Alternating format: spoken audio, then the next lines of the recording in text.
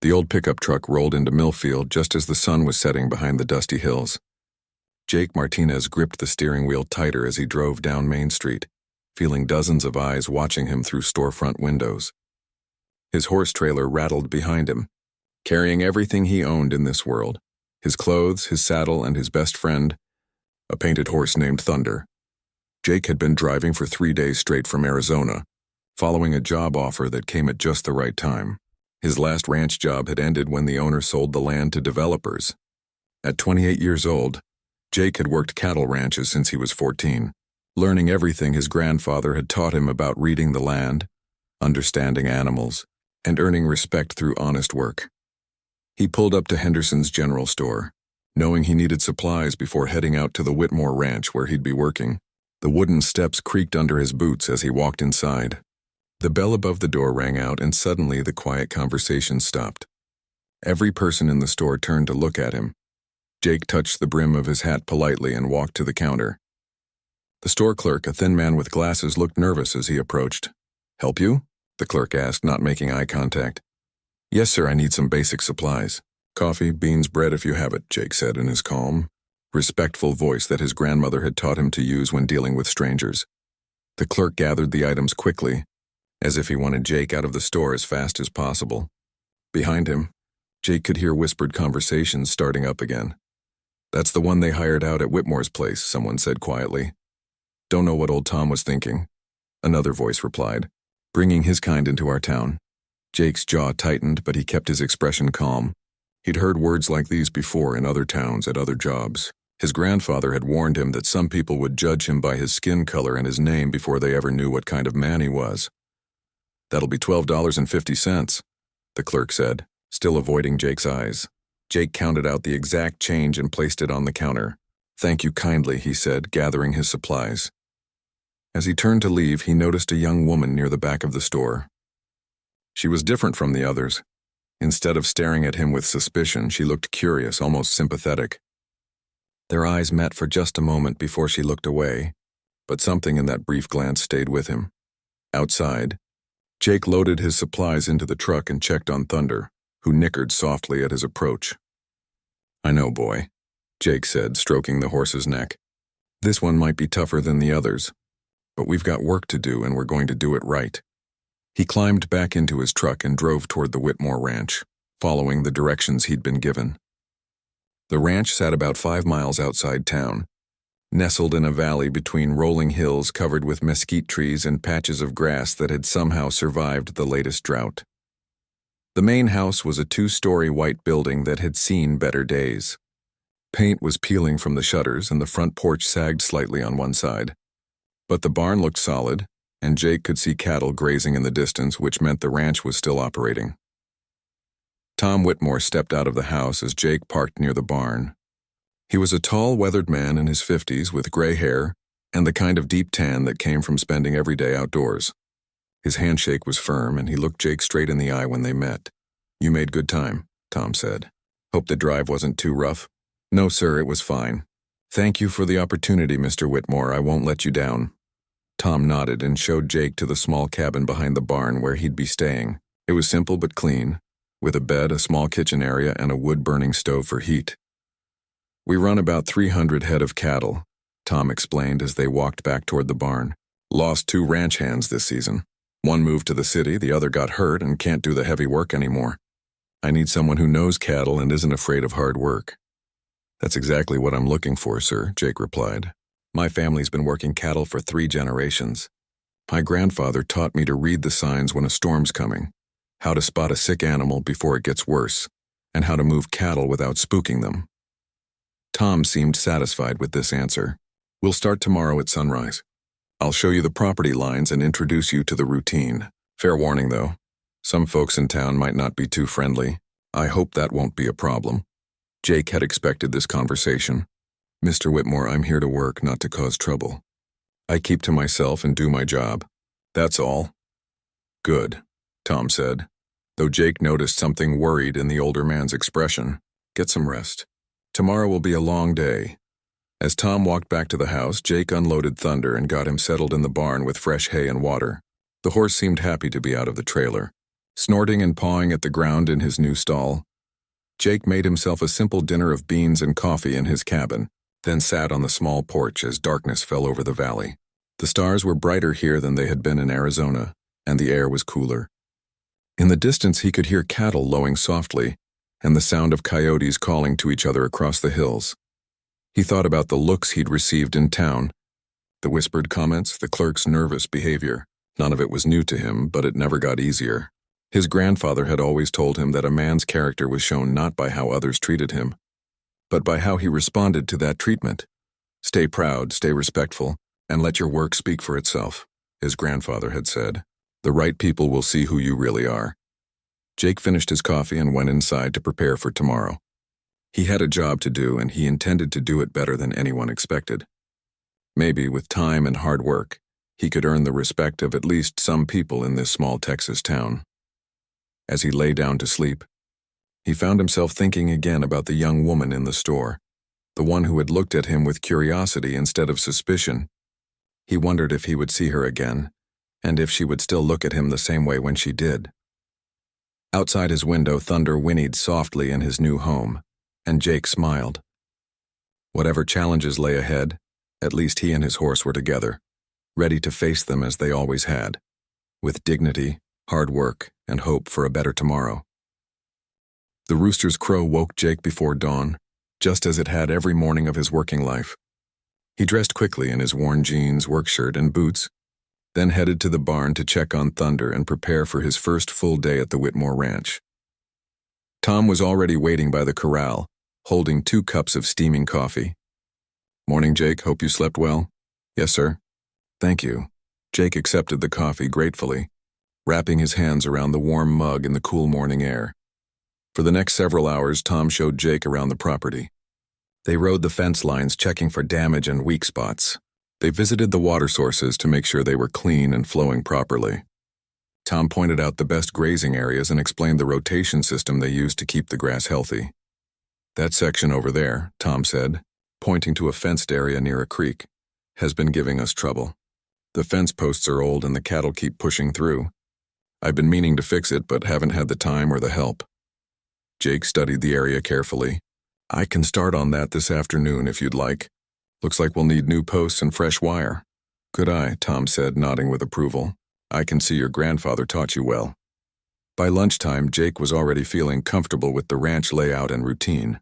Tom headed back to the house, leaving Jake to work on the problematic fence section. Jake loaded his truck with supplies and drove out to the area near the creek. The work was hot and difficult. The old fence posts had been in the ground for years, and removing them required a combination of digging, prying, and pure strength. Jake had stripped down to his undershirt and was covered in sweat and dirt when he heard the sound of another truck approaching.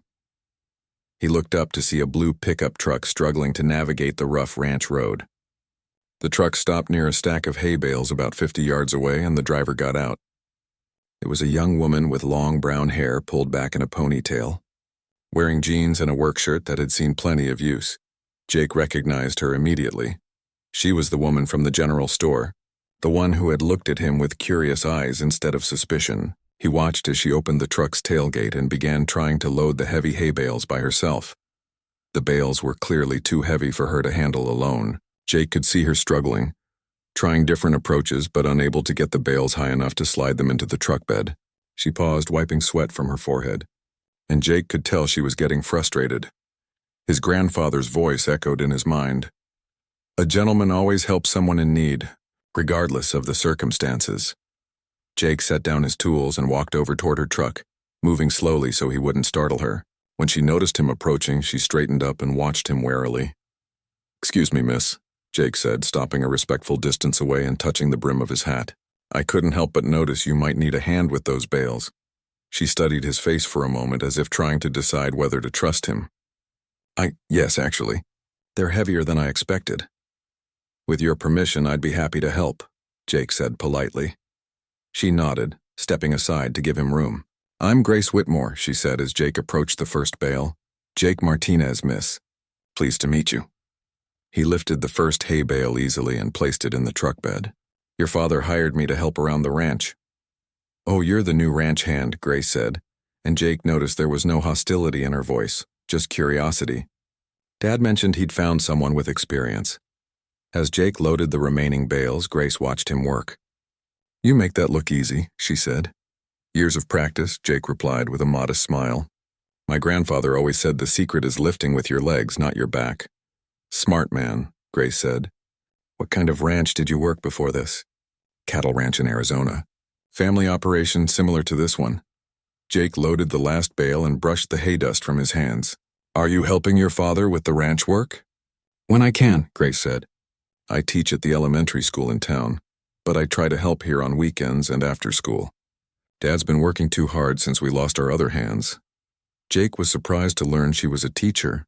In his experience, educated women usually looked down on ranch work and the people who did it.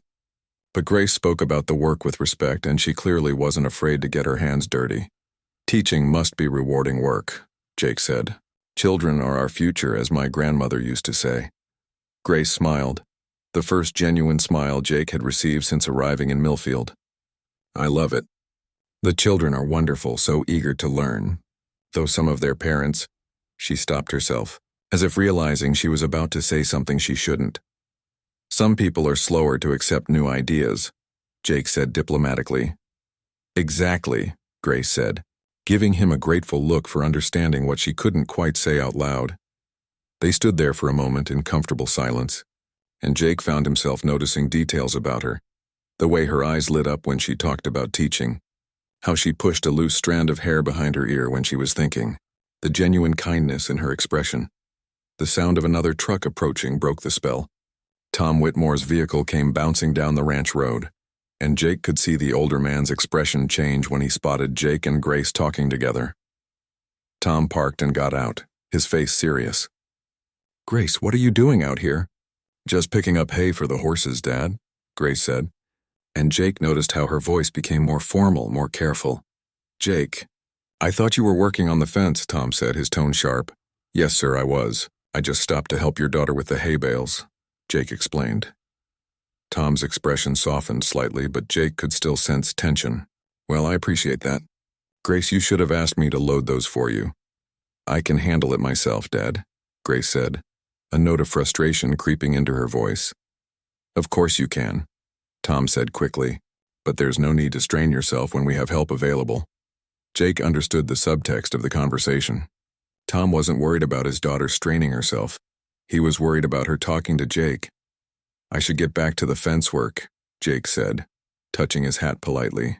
"Miss Whitmore, it was a pleasure meeting you." "Thank you for your help with the hay," Grace said, meeting his eyes briefly before looking away. Jake walked back to his work area, but he could hear the quiet conversation between father and daughter behind him. He couldn't make out the words, but Tom's tone was clearly cautionary, while Grace's responses sounded defensive. As he picked up his tools and resumed digging out the old fence posts, Jake found his mind wandering back to his conversation with Grace. She was intelligent, hard-working, and kind, qualities that had nothing to do with the color of someone's skin or where their family came from. She had treated him like a human being, not like a problem to be solved or a threat to be avoided. But he also understood Tom's position. The older man was trying to protect his daughter from the social consequences of being seen talking to Jake. In a small town like Millfield, reputation mattered, and association with the wrong person could cause problems that lasted for years. Jake forced himself to focus on his work. He wasn't here to complicate anyone's life or cause problems for the Whitmore family. He was here to do a job, earn his pay, and hopefully save enough money to start working toward his own piece of land someday. But as he worked through the afternoon, replacing rotten fence posts with strong new ones, he couldn't stop thinking about Grace's smile, or the way she had talked about her students with such obvious affection. For the first time since arriving in Millfield, he had met someone who saw him as just another person trying to make an honest living. And despite all the warnings and social barriers, that gave him hope. Word traveled fast in a town the size of Millfield. By Tuesday morning, it seemed like everyone knew that the new ranch hand had been seen talking to Grace Whitmore. Jake first noticed the change when he stopped at the diner for breakfast before work. The conversations didn't stop when he walked in this time. They got louder. Jake could hear fragments of discussion from different tables as he took a seat at the counter. Saw Him talking to the Whitmore girl out at their place and someone said behind him, "Tom ought to know better than to put his daughter in that situation," another voice replied. "People need to remember their place in this town." A third person added. Jake ordered his coffee and eggs, keeping his eyes focused straight ahead.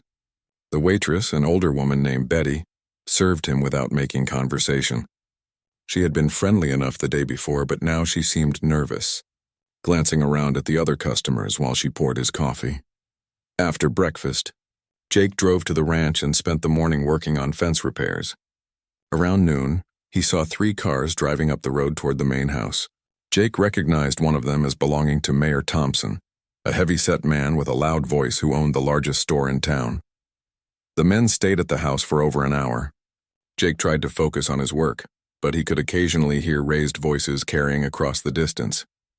When the visitors finally left, Tom came walking out to where Jake was working, his face grim.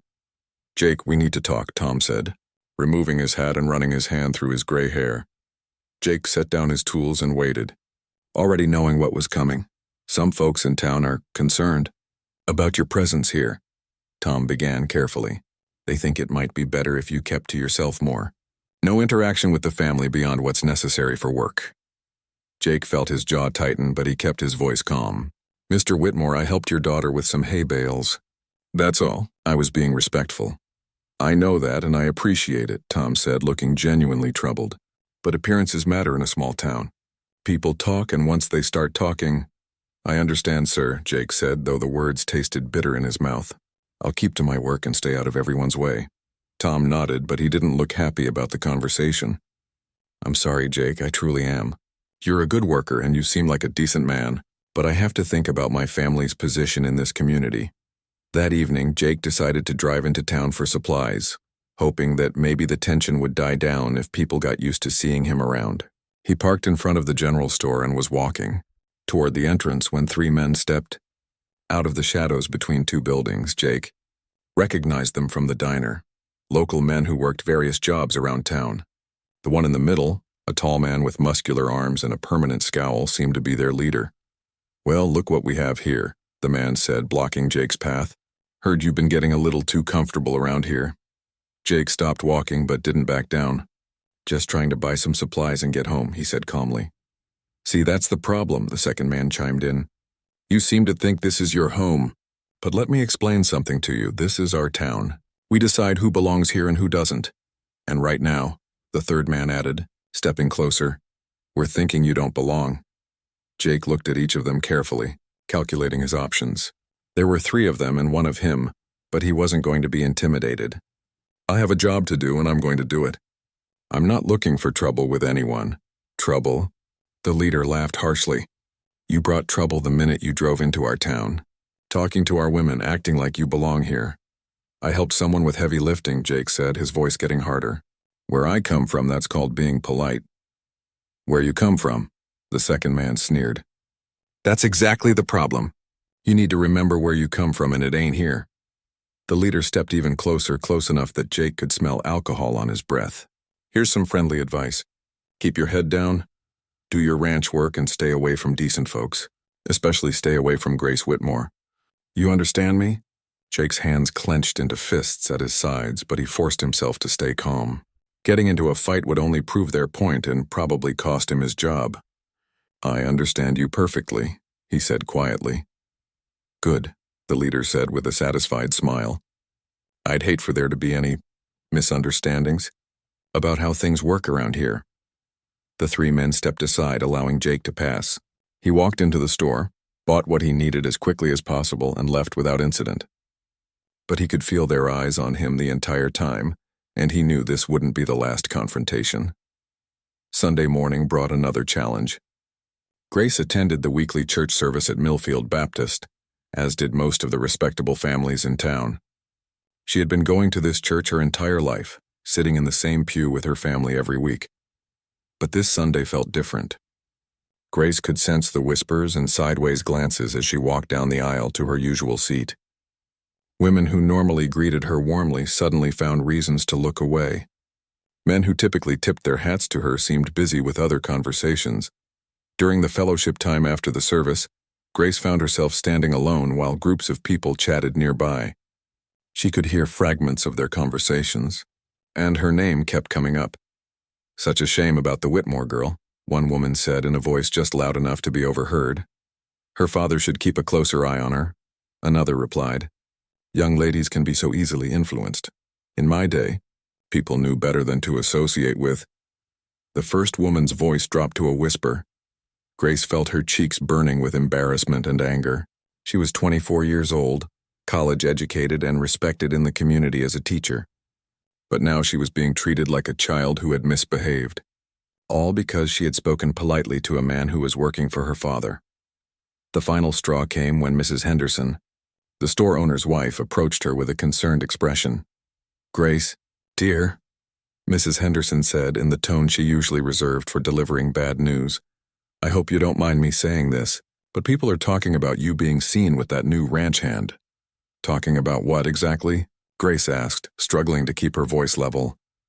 "Well, you know how important reputation is for a young lady, especially one in your position as a teacher," Mrs. Henderson continued. "Parents want to know that their children's teacher sets a good example." Grace felt something snap inside her. "Mrs. Henderson, are you suggesting that being polite to someone who helped me with farm work is setting a bad example?" "Oh dear, I'm just concerned about appearances," Mrs. Henderson said quickly. "You know how people can misinterpret things." "The only thing being misinterpreted here," Grace said, her voice carrying clearly across the fellowship hall, "is the idea that common courtesy and Christian kindness depend on the color of someone's skin." The room fell silent. Everyone was now openly staring at Grace, who stood there with her chin raised and her eyes blazing with righteous anger. "Grace," her father's voice came from behind her, quiet but firm. "Perhaps we should head home."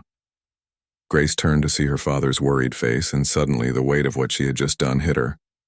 She had just publicly challenged the social order of her community, in church of all places. The consequences would be swift and severe. But as she walked out of the church with her father, Grace realized she didn't regret her words. For the first time in her life, she had stood up for what she knew was right, instead of going along with what was expected. The ride home was silent, but Grace could practically hear her father's thoughts churning. When they reached the ranch, he finally spoke. "Grace, you know I raised you to treat everyone with respect," Tom said quietly, "but you also need to understand the position this puts our family in." "Dad, he was just helping me with hay bales," Grace said, the same argument she'd been making all week. "I know that, and you know that," Tom replied. "But what matters now is what the town thinks they know. And what they think could affect everything. Your teaching job, my business relationships, our standing in the community." Grace stared out at the ranch land, watching Jake in the distance working on the fence line. Even from here, she could see his focused dedication to the job, the care he took with every post and wire. He was exactly the kind of person her parents had taught her to respect. Hard-working, honest, and kind. But the town had already decided that none of those qualities mattered, because of something as meaningless as the color of his skin. For the first time in her life, Grace began to question whether the community she had grown up in was really the good, Christian place she had always believed it to be. The storm clouds had been building all afternoon, dark and heavy against the Texas sky. Jake had been watching them while he worked on the far pasture fence, knowing that the old-timers at the diner had been predicting a bad one. By evening, the wind was picking up, and Thunder was getting restless in his stall. Jake finished his dinner quickly and headed out to check on the cattle one more time before the storm hit. The weather was making the animals nervous, and nervous cattle could easily break through weak fencing if they spooked. Around midnight, the storm arrived with a vengeance. Rain came down in sheets driven sideways by howling wind. Lightning cracked across the sky every few seconds, and the thunder was so loud it shook the windows of Jake's small cabin. That's when he heard it, the sound of panicked cattle somewhere out in the darkness. Jake pulled on his rain gear and boots, grabbed a flashlight, and headed out into the storm. The scene near the creek was exactly what he had feared. The old fence section he hadn't finished repairing had given way under pressure from frightened cattle. At least 20 head had broken through and were scattered along the creek bank, some dangerously close to the rushing water. Jake knew he had to act fast. If the cattle got into the creek during the flood, they would be swept away and lost. Even worse, if they wandered onto the county road in the darkness, there could be accidents that would hurt both animals and people. Working by flashlight in the driving rain, Jake began the careful process of herding the scattered cattle back toward safety. It was dangerous work. The animals were spooked, the ground was slippery, and visibility was almost zero. But Jake had done this kind of work before, and he moved with the calm confidence that came from years of experience. He whistled and called to the cattle in the low, soothing tones his grandfather had taught him, slowly guiding them away from the creek and back toward the main pasture. Every few minutes, lightning would illuminate the scene like a strobe light, showing Jake where the next group of animals had wandered. It took nearly 3 hours to round up all the cattle and get them secured in the barn area where they would be safe from both the storm and their own panic. By the time Jake finished, he was soaked to the skin, covered in mud, and exhausted. But all the animals were accounted for. As the first gray light of dawn began to filter through the storm clouds, Jake was still working to repair the broken fence with whatever materials he could find. He had to at least make it secure enough to hold until he could do a proper fix later. That's when he heard the sound of a truck engine struggling through the muddy ranch road. Jake looked up to see the blue pickup truck he recognized as Grace's, moving slowly toward him through the puddles and ruts. Grace parked near the fence and got out, carrying a thermos and a bundle wrapped in a towel. She was wearing a yellow rain slicker and boots, but her hair was already getting wet in the drizzle that was still falling. "I brought coffee," she called out as she approached, "and some dry clothes. Dad said you'd been out here all night." Jake straightened up from his work, suddenly aware of how he must look. Muddy, soaked, and probably smelling like wet cattle. "That's very kind of you, Miss Whitmore. Your father didn't need to worry about me." "He didn't send me," Grace said, holding out the thermos. "I came because I wanted to. I heard about what you did last night, saving the cattle from the flood." Jake accepted the coffee gratefully, wrapping his cold hands around the warm metal. "It's my job, miss. That's what your father pays me for. Dad pays you to fix fences and tend cattle during normal times," Grace said. "What you did last night was above and beyond anything expected. You probably saved us thousands of dollars in lost animals." They stood there in the gentle morning rain, sharing the warm coffee and watching the creek, which was still running high and fast from the storm. Grace handed Jake the bundle she'd brought, a dry shirt and jacket that looked like they belonged to her father. "You should change into these before you catch pneumonia," she said. Jake hesitated. "Miss Whitmore, I appreciate the kindness, but after what happened in town last week, maybe it's better if we don't—" "Don't what?" Grace asked, her eyes flashing with the same spirit Jake had seen at the church. "Don't treat each other like decent human beings. Don't give people more reasons to talk," Jake said quietly. Grace was silent for a moment, studying his face. "Jake, can I ask you something?" "Yes, miss. Do you have family back in Arizona?" The question surprised him. "Yes, miss. My grandmother, some cousins. My grandfather passed 2 years ago." "Tell me about your grandfather," Grace said, settling herself on a large rock near the fence as if she planned to stay a while. Jake looked around nervously, but they were far from the main house and road, hidden by trees and morning mist. Against his better judgment, he found himself talking. "He was the finest man I ever knew," Jake said, his voice warming with memory. "Worked cattle his whole life, just like his father before him. He taught me everything. How to read the weather, how to understand what animals need, how to work with the land instead of fighting against it." "What else did he teach you?" Grace asked, genuine interest in her voice. "How to be proud of honest work," Jake said. "How to treat people with respect, even when they don't return it. How to judge a person by their character instead of their circumstances." Grace smiled. "He sounds like he was a wise man." "Yes, miss, he was. He always said that land doesn't care what color your skin is or what name your family carries. Land only cares if you understand it and respect it." "I think I would have liked your grandfather," Grace said softly.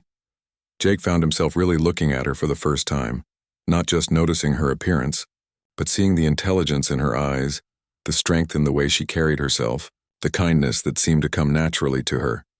"Miss Whitmore, can I ask you something now?" Jake said, "Of course. Why did you become a teacher?" Grace's face lit up with passion. "Because children see the world the way it should be, not the way adults have made it. They don't care about all the silly rules and prejudices that grown-ups think are so important. They just want to learn and grow and become the best versions of themselves." That must be rewarding work, Jake said.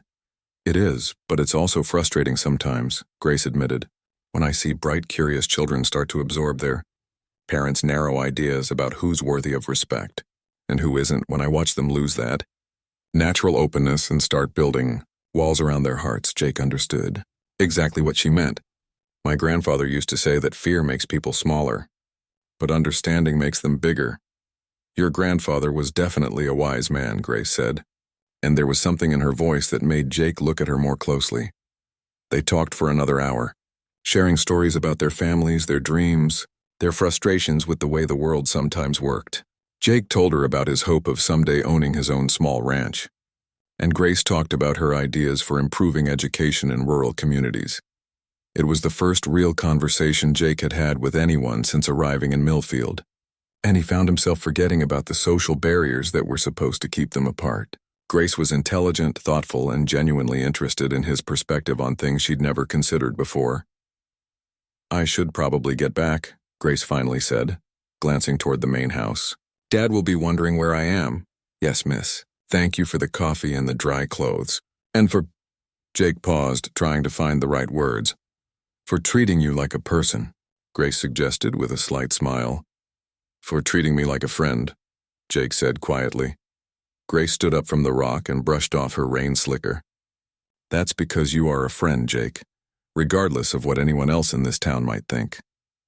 As she walked back to her truck, Jake watched her go with a mixture of gratitude and worry. Grace Whitmore was unlike anyone he'd ever met. Educated but not snobbish, privileged but not spoiled, strong-willed but not unkind. But she was also the daughter of his employer, a respected member of a community that had already made its feelings about him clear. Whatever friendship might be growing between them could only lead to trouble for both of them. Still, as Jake changed into the dry clothes she'd brought and finished repairing the fence, he found himself hoping that somehow, someday, the world might change enough for people like him and Grace to be friends without it being a scandal. For now, though, he would treasure the memory of their conversation by the creek, when two people had simply talked to each other as equals, sharing coffee and stories while the world washed clean around them. After their conversation by the creek, something had changed between Grace and Jake. She began finding reasons to be wherever he was working, bringing him water when he was fixing fence in the hot sun, asking his advice about the best places to plant new grass, or simply stopping to chat while he worked with the cattle. Jake knew he should discourage these visits, but he found himself looking forward to them despite his better judgment. Grace was the only person in Millfield who treated him as an equal, and their conversations had become the brightest part of his days. They talked about everything: books Grace had read and wanted to share, stories about Jake's travels from ranch to ranch, their different perspectives on the changing world around them. Grace was fascinated by Jake's knowledge of the land and animals, while Jake was amazed by her passion for education and her dreams of making the world better through teaching. You know, Grace said one afternoon, as they watched cattle grazing in the distance, you'd make a good teacher yourself. You have a gift for explaining things in ways that make sense. Jake laughed. I don't think the school board would be too interested in hiring someone like me. Their loss, Grace said firmly. Intelligence and wisdom come in all colors. These conversations didn't go unnoticed. Ranch hands from neighboring properties occasionally saw Grace's truck parked near wherever Jake was working. People driving past on the county road sometimes spotted them talking together. And in a town the size of Millfield, every sighting was reported, discussed, and exaggerated. The situation came to a head at the annual county fair, held the first weekend in June. The fair was the biggest social event of the year, drawing families from Millfield and the surrounding communities for livestock competitions, carnival rides, food booths, and the traditional evening dance. Grace had been helping with the school booth, selling homemade pies to raise money for new textbooks. She was taking a break from the booth when she saw Jake near the livestock pens, studying the cattle entries with the focused attention she'd come to recognize. Without thinking about the consequences, Grace walked over to join him. Looking at the competition? She asked with a smile. Jake turned, and his expression immediately became worried when he saw where they were, surrounded by people from town, all of whom were now staring at them with various degrees of shock and disapproval. Miss Whitmore, Jake said formally, I was just examining the quality of the cattle. Your father's entries should do well in the judging. Dad's worked hard to improve the herd, Grace said, refusing to be intimidated by the stares they were receiving. Your expertise has been a big help to him. They talked for several minutes about the different breeds on display, but Jake could see the crowd of onlookers growing larger. When Grace suggested they get some lemonade from one of the booths, Jake knew he had to put a stop to the situation. Miss Whitmore, I think it would be better if you rejoined your friends, he said quietly. People are starting to talk, Grace looked around and saw the crowd of people watching them with expressions ranging from curiosity to outright hostility. Mrs. Henderson was whispering urgently to a group of other women. Several men were talking in low, angry voices. Even some of Grace's fellow teachers were staring with disapproving frowns. Let them talk, Grace said, her chin rising with the stubborn pride Jake had come to admire and fear in equal measure. Grace, please, Jake said, using her first name for the first time. You don't understand what this could cost you. But Grace had already made her decision. She walked with Jake to the lemonade stand, made casual conversation while they waited in line, and sat with him at one of the picnic tables as if it were the most natural thing in the world. The reaction was immediate and severe. By the time Grace returned to the school booth, half the women who had been helping her had found reasons to leave. Sales of pies dropped to almost nothing as people avoided the booth entirely. When Grace walked through the fair later that evening, conversation stopped when she approached and resumed in whispers after she passed. The next Monday at school, Grace faced the consequences of her public defiance. Principal Morrison called her into his office first thing in the morning, his usually friendly demeanor replaced by stern disapproval. Grace, I've been getting calls all weekend from concerned parents, he said without preamble. They're questioning whether someone who shows such poor judgment in her personal associations should be teaching their children. Poor judgment? Grace asked, struggling to keep her voice calm. I had a conversation with a man who works for my father about cattle. You know it's more than that, Principal Morrison said. People are saying you've been seen with this man multiple times, having what appear to be personal conversations. In a small community like ours, a teacher's reputation must be beyond reproach.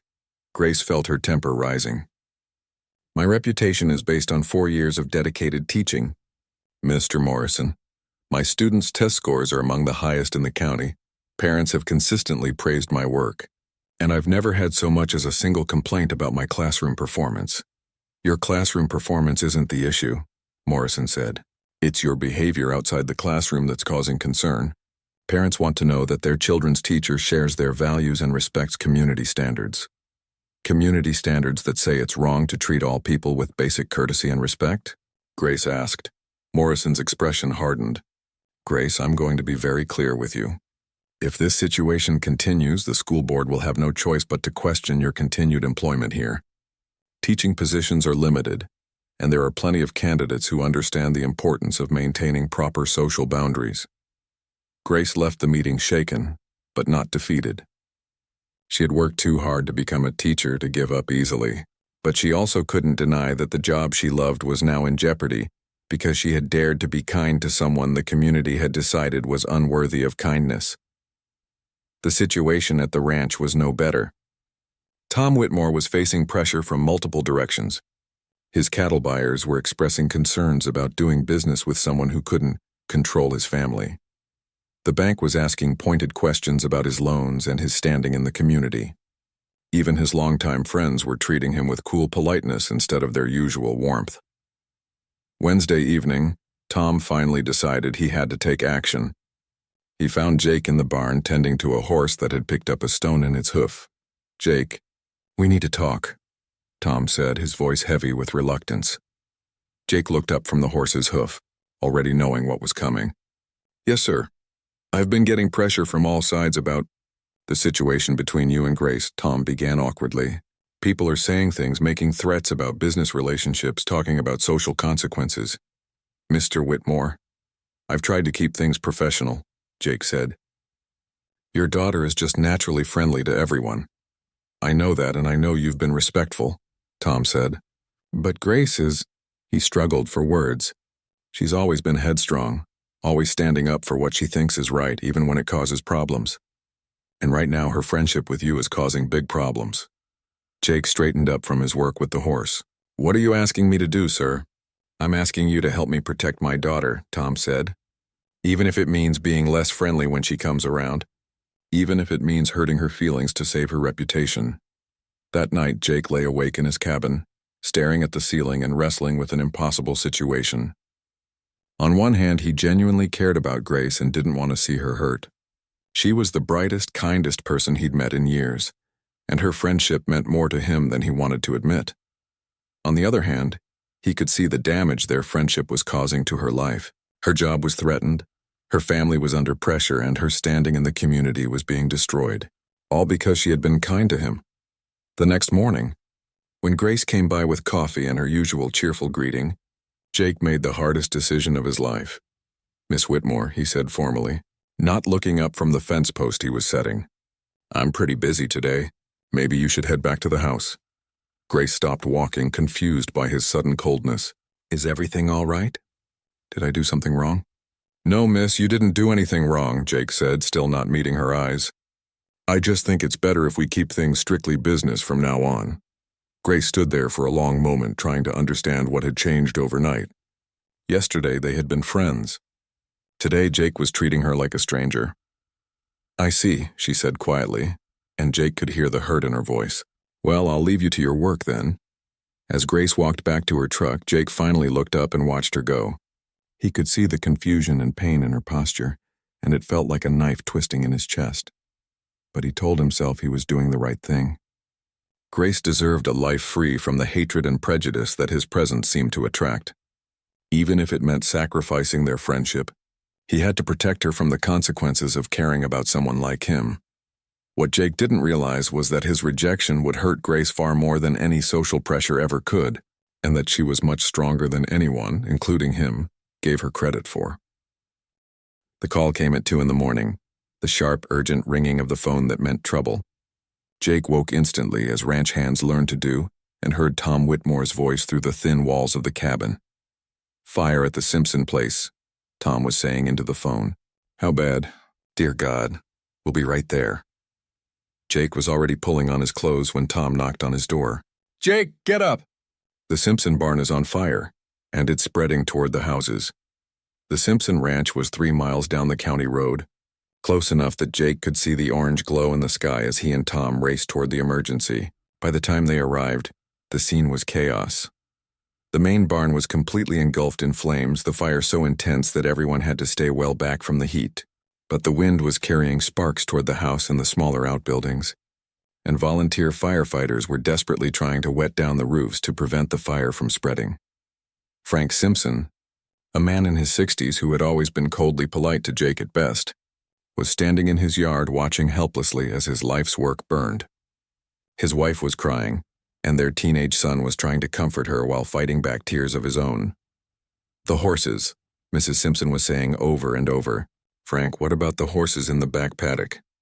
Jake looked toward the back of the property and saw the problem immediately. The horses were trapped in a small paddock between the burning barn and a wooden fence.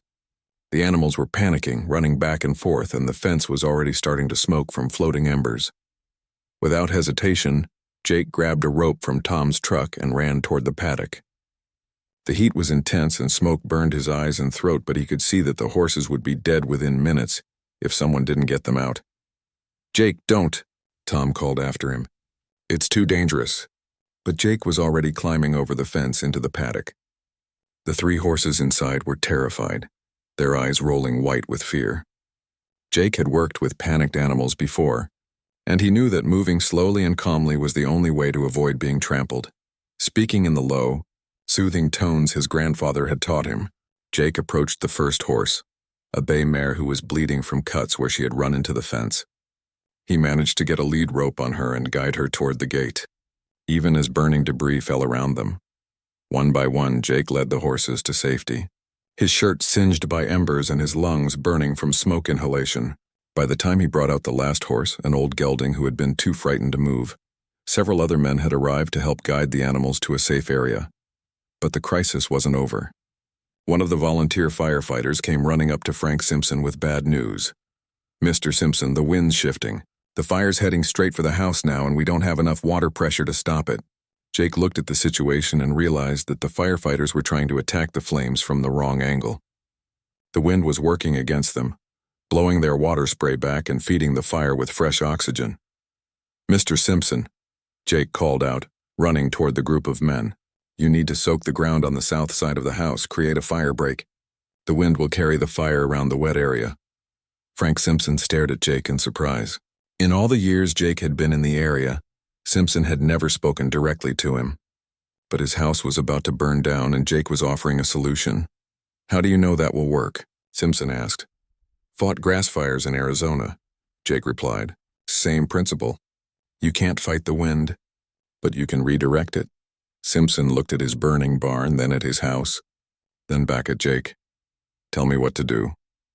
For the next 2 hours, Jake worked alongside the volunteer firefighters and neighbors, organizing bucket brigades, directing water placement, and helping to create fire breaks that redirected the spreading flames away from the house and outbuildings. His knowledge of wind patterns and fire behavior, learned from years of dealing with range fires, proved invaluable. By dawn, the barn was a total loss, but the house and all the other buildings were saved. More importantly, no people or animals had been injured. As the sun came up and the immediate danger passed, Jake found himself surrounded by people who had spent months treating him like an unwelcome stranger. Frank Simpson walked up to him, his face streaked with soot and his eyes red from smoke. "Young man," Simpson said, extending his hand, "I owe you my life, my family's life, everything we have." Jake shook the older man's hand. "Just glad everyone's safe, sir." Other neighbors began approaching Jake, thanking him for his help, praising his quick thinking and courage. Men who had crossed the street to avoid speaking to him were now clapping him on the shoulder and calling him a hero. For a brief, shining moment, Jake felt like he truly belonged in this community. But the feeling didn't last long. By the next evening, a different story was circulating through Millfield. Someone had started a rumor that Jake himself had set the fire, that his heroic actions were just an attempt to cover up his own crime and gain acceptance in the community. The rumor was ridiculous. Jake had been asleep in his cabin when the fire started, and there were witnesses to prove it. But in a community already suspicious of him, the story found fertile ground. "Think about it," the whispers went. "How convenient that he just happened to know exactly how to fight the fire. How did he get there so fast? And why would he risk his life for people who don't even like him, unless he was covering something up?" Jake first heard about the rumors when he stopped at the diner for breakfast. The conversations didn't stop when he walked in. Instead, they got louder and more pointed. "I heard he was seen near the Simpson place earlier that day," one voice said. "Always thought there was something suspicious about him," another replied. "Frank Simpson may be grateful now, but wait until he hears what people are saying," a third person added. Jake paid for his coffee and left without finishing it, his appetite gone. He drove back to the ranch in silence, wondering how an act of courage and community service had been twisted into evidence of criminal behavior. That afternoon, Grace appeared at the fence where Jake was working. It was the first time she had approached him since he had coldly dismissed her days earlier. "I heard what really happened at the fire," she said without preamble, "and I heard the ridiculous rumors people are spreading now." Jake didn't look up from his work. "Miss Whitmore, I thought we agreed it was better if we didn't talk." "We didn't agree to anything," Grace said firmly. "You decided to start treating me like a stranger, and I've been trying to figure out why ever since." Jake finally looked at her, and Grace could see the pain and frustration in his eyes. "Because every time we're seen together, it makes things worse for you. Your job, your reputation, your family standing in the community, everything suffers because people see you talking to me." "And what about what I want?" Grace asked. "What about what I think is right?" "What you think is right is going to destroy your life," Jake said. "These people will never accept me, Grace, and they'll never forgive you for treating me like a human being." Grace stepped closer to the fence, her eyes blazing with the fierce determination Jake had come to know so well. "Then maybe it's time for me to stop caring what these people think," she said. "Maybe it's time for someone in this town to stand up and do what's right, regardless of the consequences." Jake felt his heart clench at her words. Part of him wanted to encourage her, to tell her that her friendship meant everything to him, that she was the only bright spot in his increasingly difficult life in Millfield. But the other part of him, the part that had learned to be practical about survival in hostile places, knew that Grace's defiance would only lead to more pain. For both of them. Grace, he said quietly, you can't fight a whole town by yourself. Watch me, she replied, and Jake could see that she meant every word. As Grace walked back to her truck, Jake realized that the situation in Millfield was about to reach a breaking point. Grace was preparing to make a stand. The town was looking for any excuse to get rid of him, and he was caught in the middle, trying to protect someone who didn't want to be protected. The fire at the Simpson Ranch had shown him both the best and worst of human nature. In a crisis, people had worked together and accepted help regardless of where it came from. But as soon as the crisis passed, old prejudices and suspicions had reasserted themselves with a vengeance. Jake knew that his time in Millfield was running out. The only question was whether he would leave quietly, as he had from other places, or whether Grace's courage would force him to make a stand of his own. The decision came on a Thursday morning, delivered by 3 men in suits who arrived at the ranch just after sunrise. Jake was feeding the horses when he saw them get out of a black sedan and walk toward the main house with the purposeful stride of people who meant business. From the barn, Jake could hear raised voices coming from the house, though he couldn't make out the words. The conversation went on for over an hour, with voices rising and falling in heated discussion. When the men finally left, Tom Whitmore walked slowly to the barn, his face gray with worry and exhaustion. Jake, Tom said without preamble, we need to talk. Jake set down the feed bucket and waited, already knowing what was coming. That was the bank president, the mayor, and the head of the Cattlemen's Association. Tom continued, they've made it very clear that my business relationships in this community depend on certain changes to my employment practices. Jake nodded slowly. You're firing me. I'm giving you 2 weeks' notice and an excellent recommendation letter, Tom said, his voice heavy with regret. I'm also paying you a month's bonus for all the work you've done above and beyond your regular duties. Mr. Whitmore, you don't need to explain, Jake said quietly. I understand the position you're in. No, I don't think you do, Tom said, his voice getting stronger. I'm not firing you because of your work. You're the best ranch hand I've ever employed. I'm not firing you because of your character. You've shown more integrity and courage than half the men in this town combined. I'm firing you because I'm a coward who cares more about his standing in the community than doing what's right. Jake was surprised by the older man's honesty. Mr. Whitmore, you have to think about your family's future. I understand that, do you? Tom asked. Because I'm not sure I understand it myself anymore. When did I become the kind of man who lets good people pay the price for my comfort? That evening, Jake began packing his few belongings and preparing Thunder for another journey to another place. He had done this before, rolled up his life and moved on when a situation became untenable. It was part of the reality of being a ranch hand, especially one who didn't fit neatly into the social expectations of small towns. But this time felt different. This time he was leaving behind something precious, a connection with someone who had seen past his skin color to the man underneath. Grace had treated him not as a charity case or a cause to champion, but as an equal worthy of friendship and respect. Jake was loading his truck the next morning when Grace appeared, her face pale but determined. Dad told me what happened, she said without preamble. He told me you're leaving. Yes, miss. I think it's for the best. And best for who? Grace demanded. Best for the men who threatened Dad's business if he kept you on.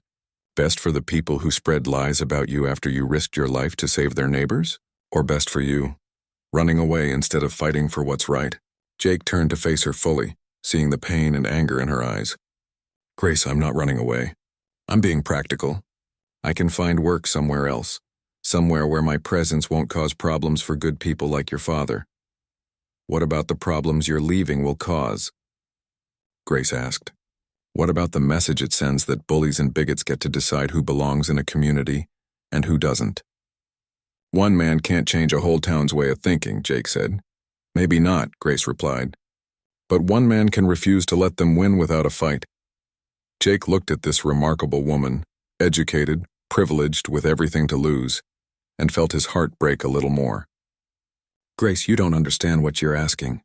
If I stay and fight, it won't just be me who pays the price. It'll be you, your father, anyone who supports me. These people will destroy your life to prove their point. My life is already being destroyed, Grace said quietly. The school board is meeting next week to discuss my continued employment. Half the parents in town have requested that their children be moved to other classes. Mrs. Henderson won't even look at me when I go into the store. Jake felt a stab of guilt. Then you understand why I have to go. The further I get from Millfield, the sooner people will forget about this whole situation and let you get back to your normal life. Normal life? Grace laughed, but there was no humor in it. Jake, don't you understand? There is no going back to normal. I've seen what this town really is now. Seen how quickly people turn on each other when their prejudices are challenged. Even if you leave, even if everyone forgives me and pretends this never happened, I'll know the truth about who these people really are. Jake resumed loading his belongings, trying to focus on the practical tasks instead of the pain in Grace's voice. You'll adapt. You'll find a way to make peace with the situation.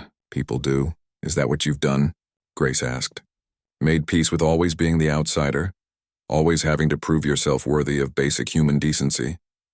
Is that the life you want? Jake stopped what he was doing and leaned against his truck, suddenly feeling very tired. It's the life I have, Grace. It's the life I was born into. I can't change the color of my skin, and I can't change how people react to it. But you can change how you react to them, Grace said, stepping closer. You can stop letting them drive you away from places where you deserve to be. And what would be the point? Jake asked. Say I stay and fight. Say I somehow convince people that I deserve respect. What then? Do I spend the rest of my life in a place where half the population hates me and the other half tolerates me? Do I ask you to build a life in a community that will never fully accept us? Grace was quiet for a long moment, and Jake realized he had revealed more of his feelings than he had intended. The word us hung in the air between them, carrying implications that neither of them had spoken aloud before. Is that what this is about? Grace asked softly. You're not just leaving to protect me from the consequences of being your friend. You're leaving because you care about me as more than a friend, and you think a relationship between us is impossible. Jake felt his carefully maintained emotional walls crumbling. Grace, what I feel for you doesn't matter. What matters is reality. Even if by some miracle this town accepted me, even if we found a way to be together, what kind of life would that be? What would we tell our children about why some people hate them before they're even born? Grace stepped closer, close enough that Jake could see the tears gathering in her eyes. We'd tell them that love is stronger than hate, and that some things are worth fighting for even when the fight is hard. And what if we're wrong? Jake asked. What if love isn't enough? What if we fight and sacrifice and struggle, and all we accomplish is making ourselves miserable? Then at least we'll have tried, Grace said. At least we'll know we didn't let fear make our choices for us. Jake looked at her for a long moment, memorizing her face, the way the morning light caught in her hair, the stubborn set of her chin that he had come to love. He wanted to tell her that she was right, that love was worth fighting for, that he would stay and face whatever came. But he also wanted to protect her from the pain that fighting would bring. He had seen what happened to people who challenged the social order. They were crushed, ostracized, sometimes driven out entirely. Grace was strong, but she was also sheltered. She had never really faced the full force of community hatred before. Grace, he said finally, if I thought there was any chance we could win this fight, I would stay.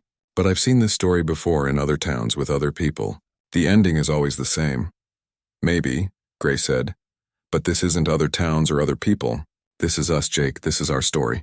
And I think we deserve the chance to write our own ending. Jake finished loading his truck in silence while Grace stood watching him with tears streaming down her face. When everything was secured, he walked over to her one last time. I want you to know, he said quietly, that knowing you, being your friend, having you treat me like a man worthy of respect, it's meant more to me than you'll ever know. Then don't throw it away, Grace whispered. Don't let them take it from us. Jake climbed into his truck and started the engine, not trusting himself to say anything more. As he drove away from the Whitmore ranch, he could see Grace in his rearview mirror, standing alone in the dust, watching him leave. He told himself he was doing the right thing, the practical thing, the thing that would cause the least pain for everyone involved. But as the miles passed and Millfield disappeared behind him, Jake couldn't shake the feeling that he was making the biggest mistake of his life. Jake made it 50 miles down the highway before he had to pull over. His hands were shaking and he couldn't seem to catch his breath.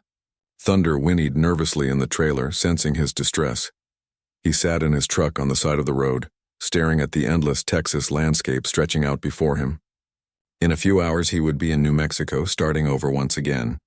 New job, new people, new challenges. It was what he had always done when things got complicated. Keep moving, don't get too attached, don't let anyone get close enough to hurt you when you inevitably had to leave. But this time felt different. This time, he wasn't leaving because the work had dried up or because he wanted to see new places.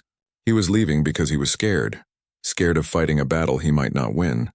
Scared of putting Grace through pain she didn't deserve. Scared of hoping for something that seemed impossible. Jake thought about his grandfather, who had faced down angry ranchers and hostile towns throughout his life, but had never backed down from doing what was right. A man who runs from a fight he should be fighting, his grandfather had once said, isn't running toward anything worth having. As the sun began to set, Jake made a decision that surprised him. He turned the truck around and headed back toward Millfield. Meanwhile, Grace was facing a crisis of her own. The school board meeting she had dreaded took place that Friday evening, and the outcome was exactly what she had feared. Principal Morrison delivered the news with obvious reluctance. But the message was clear. Her teaching contract would not be renewed for the following year. The board feels that recent events have made your position here difficult, Morrison explained. Parents are concerned, and we have to consider the welfare of the entire school community. Grace listened to the careful, politically correct language that meant she was being fired for the crime of treating another human being with respect. She nodded politely, cleaned out her desk, and drove home in a state of numb shock.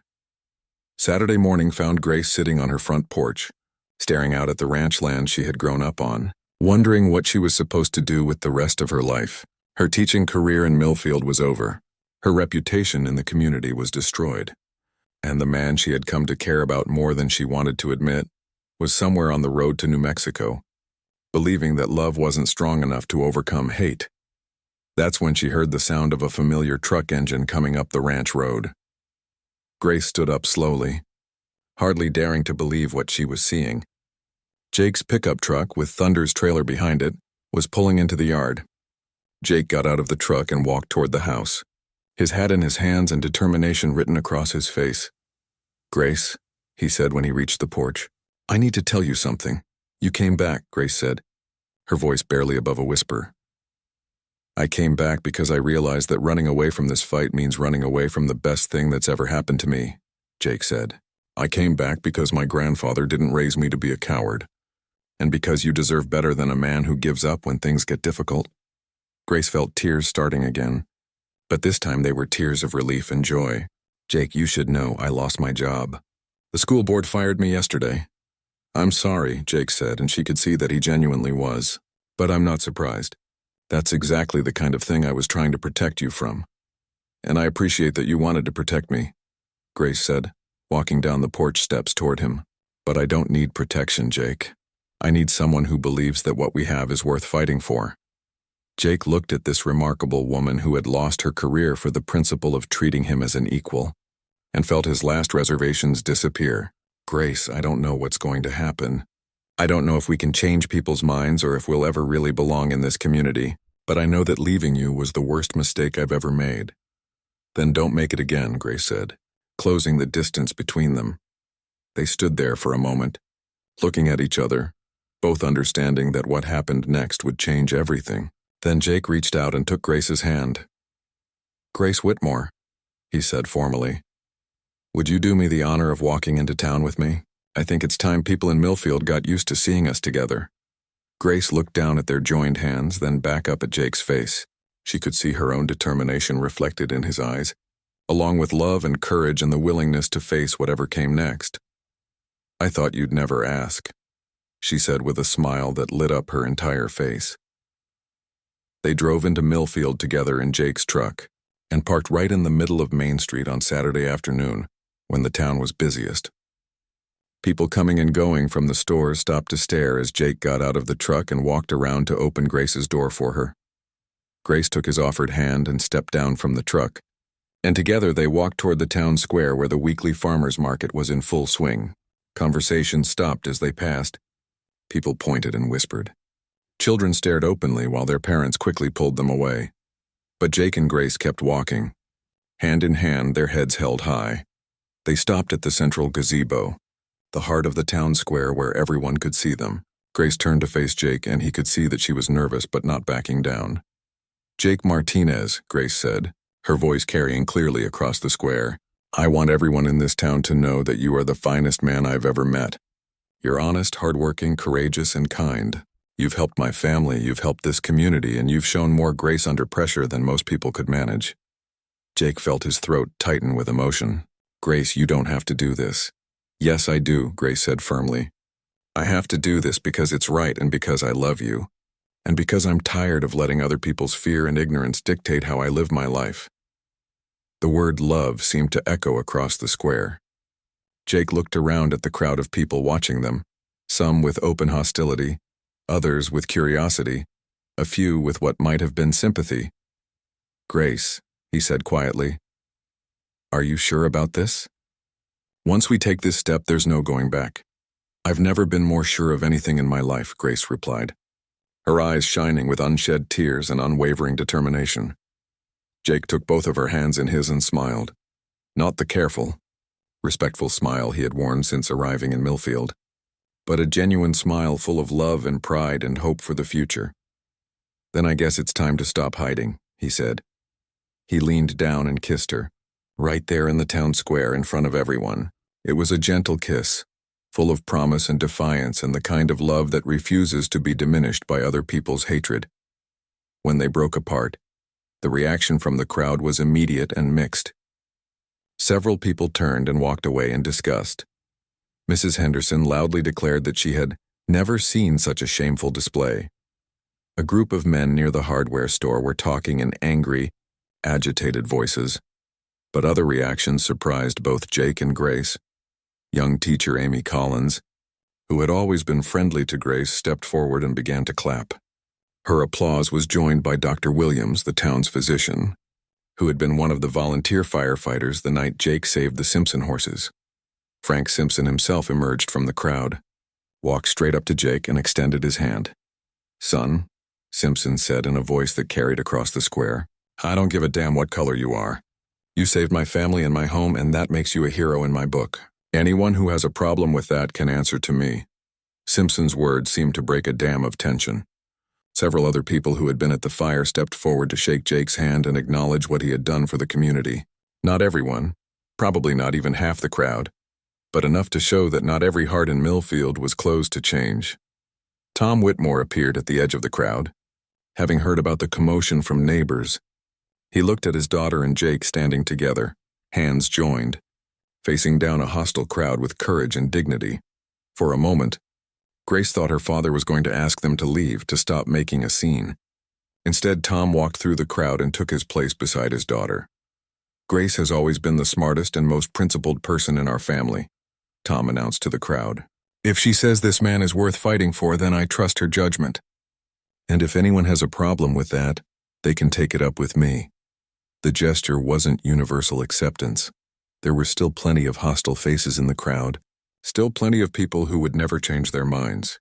But it was enough to show Jake and Grace that they weren't completely alone, that courage could be contagious, that sometimes taking a stand inspired others to examine their own hearts. As the crowd began to disperse, some people approaching to offer quiet words of support, others leaving in angry disapproval, Jake and Grace remained in the center of the square, still holding hands. "What happens now?" Grace asked. "Now we figure out how to build a life together," Jake said. "It won't be easy. Some people will never accept us and will probably have to leave Millfield eventually to find real opportunities. I can live with that," Grace said. "I can live anywhere as long as we're together." "There will be challenges we can't even imagine yet," Jake continued.